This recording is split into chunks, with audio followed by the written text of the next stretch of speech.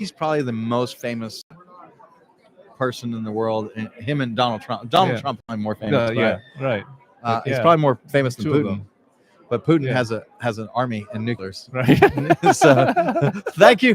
We are back. We are going to finish out our day with David Penn. I want to talk about your campaign. So tell us about your campaign. Well, so I'm running in the 46th district of California, and it includes mainly Santa Ana, Anaheim, some other smaller areas around there, and it's a district that has 65% Hispanics, about 12% Vietnamese, about 20% white. So very large working class immigrant population. And Vietnamese, a lot of Vietnamese are conservatives. A lot of the Hispanics are registered Democrats. And so, in the district, it's about half registered voters are Democrats, about a quarter are Republican, about a quarter are no party preference. But those Hispanics, those 65% who are Hispanic Democrats, they are fundamentally conservative. Exactly. And so it doesn't make sense. It doesn't make sense. In the 2024 election cycle, my volunteers and I, we knocked on about over 30,000 doors. Wow. We talked to a lot of these Hispanics, and once you start talking to them and talking about school choice, about increasing public safety, supporting our police, about closing the border, about reducing inflation, they're all on board with voting for Republicans. They're not like, frankly, it's the suburban, well-educated Democrats that you can't change them. You can't change them. No, it's nonsensical. Yeah, but the working class Hispanics definitely, they're totally on board for voting Republicans, even though they're registered as Democrats. And so that's what we found. And so we really, we increased the percentage of the vote for Republicans from the last presidential by 5%. Increased it, right? That's significant. That's significant, but very significant given that I didn't raise much money. I spent like $80,000 on my campaign. Where my opponent, he had like $2 million to spend. Yeah. So I'm getting to start early for 2026, and trying and doing the fundraising in order to then really be able to make a difference in 2026. Now, I had the main idea that I was campaigning on was it's basically supporting what Elon Musk is doing with Doge. It's Excellent. Really radically reducing the size of the federal government. And I have this plan to phase out all of our welfare and entitlement programs, taking all that money, it's $4 trillion a year, dividing it up, turning it into cash, just giving it back to the American people. It works out, if you do the math, it's $16,000 a year for every person 21 and over for the rest of their lives. That's how much money that we're spending going out the door every single day.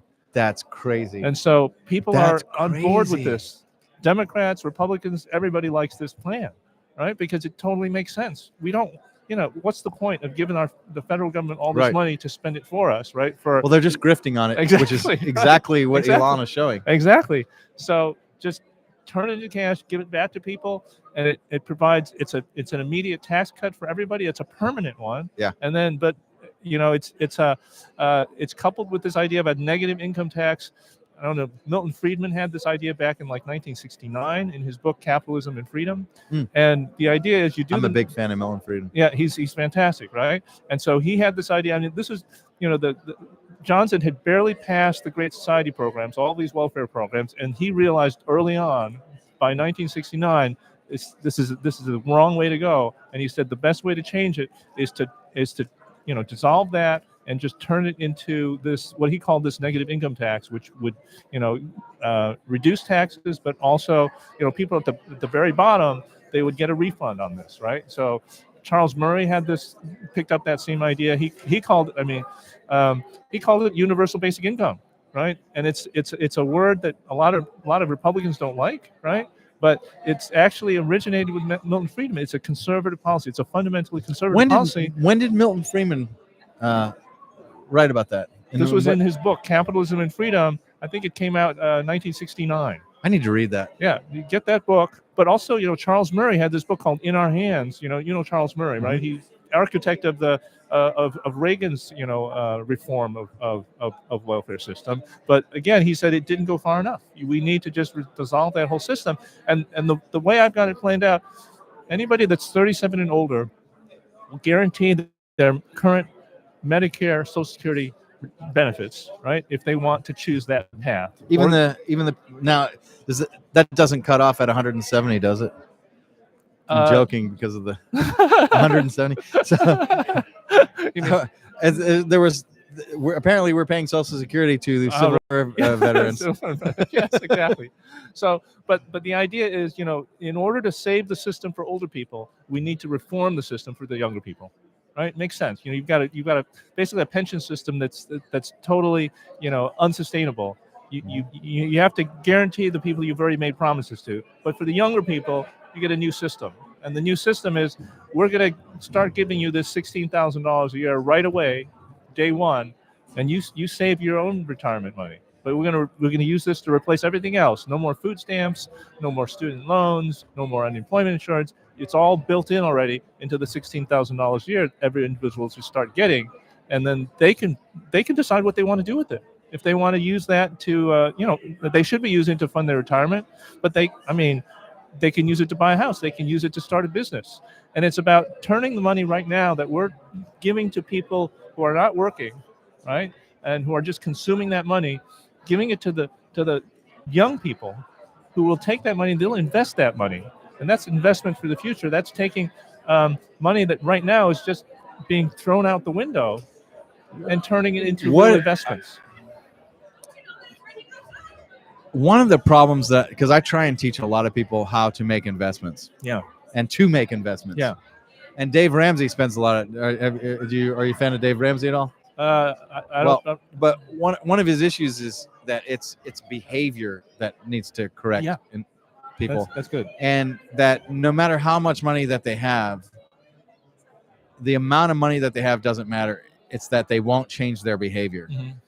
And my concern would be, the wise people would invest that $16,000. Yeah. But my fear is that the vast majority wouldn't, and I think they would live on it. Maybe that would be okay. But for example, I've told this many a times. You take a kid. The effective minimum wage around us is like $12 an hour. Most kids aren't working. No one like that's really the floor of where people are working. McDonald's, everything. It's at least $12 an hour. You take somebody at $12 an hour who's living with their parents, and just they can work from 16 to 17. If they bank 90% of that money and invest 90% of that money, by the time that they're retirement age, they'll be one of the richest people on the planet. Yeah. Uh-huh.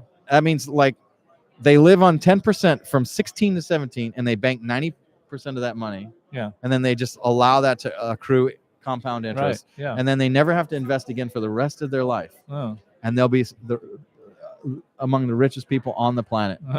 Like multi-millions of dollars if you watch how that compounds because of their age. Right. Yeah.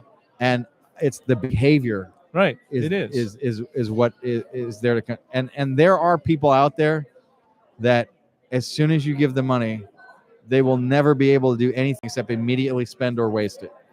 So the thing you have to remember is we've got an existing system in which only people are receiving this money are non-working people, right? And once they start to earn money, they lose their benefits. Yeah, that's wrong. So what I'm proposing is getting rid of that punishment for working, right? And saying I completely if you're agree working, with that. you're not working, you're going to get the same thing, right? So there's no downside to working anymore. And in fact, the immediate practical effect of this is to shift all this money that's going to people who are not working and give it to working families.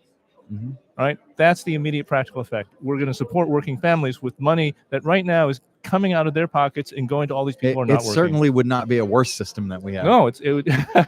Right. That's certain. Right. Yes. And so, the bottom line is that even though we've got this system right now that's so backward, right? People don't want to change it because they're scared of what's going to happen in the future. Right. And there's a justifiable concern about like, what do you do with people who are, disabled, who really have legitimate problems. Right. Right now, we have this whole government bureaucracy that's trying to weed out, determine who deserves it, who doesn't deserve it. And that's where all the fraud comes in. That's where all the waste comes in, because a bureaucracy is never going to be able to make those decisions. But if you just give everybody the same thing equally, and it's not a whole lot, because the way I've got it split up, it's going to be $12,000 a year in cash, so $1,000 a month direct deposit into people's bank accounts, another $4,000 per year as a health insurance voucher.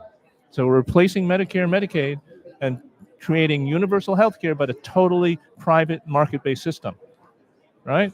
And so that'll control costs there, but it also, it puts it on the responsibility of individuals. They'll have the $4,000 per year voucher, but then they have to make their own decisions about how they want to allocate that health insurance money, and that'll create a real market for health insurance and for healthcare. Whereas right now we've got a totally skewed system in which these market incentives are not functioning, and that's why we've got a system where we pay 18% of our GDP for healthcare, which is 6% more than any other country on the planet, right? So we're paying 50% more for healthcare than anybody else on the planet. We rank 43rd in terms of life expectancy, right? So something's wrong there. We've got to fix that. Yep. Well, David, thank you so much. I appreciate you telling us about your campaign. I wish you the absolute best of luck. And that is going to wrap us for today at CPAC. That's actually going to wrap us for 2025 here at CPAC. Thank you so much to the organizers and everybody here that's at CPAC. We really appreciate it. We've had an amazing time, had some amazing guests. This has been an amazing experience, and we really appreciate it. So like, subscribe, tell us what you think. Turn on that little alerts bell so you can get more. We've got a lot of long form interviews coming up, a lot of great guests. It's going to be a fantastic year for us. We're really working and promoting the Worthy Vision Company. Going to be doing all kinds of entertainment and guest appearances. Thank you so much for your support. We look forward to talking and seeing you more. We're signing out from CPAC 2025. This is the Lawyer Dana Show. Thank you very much.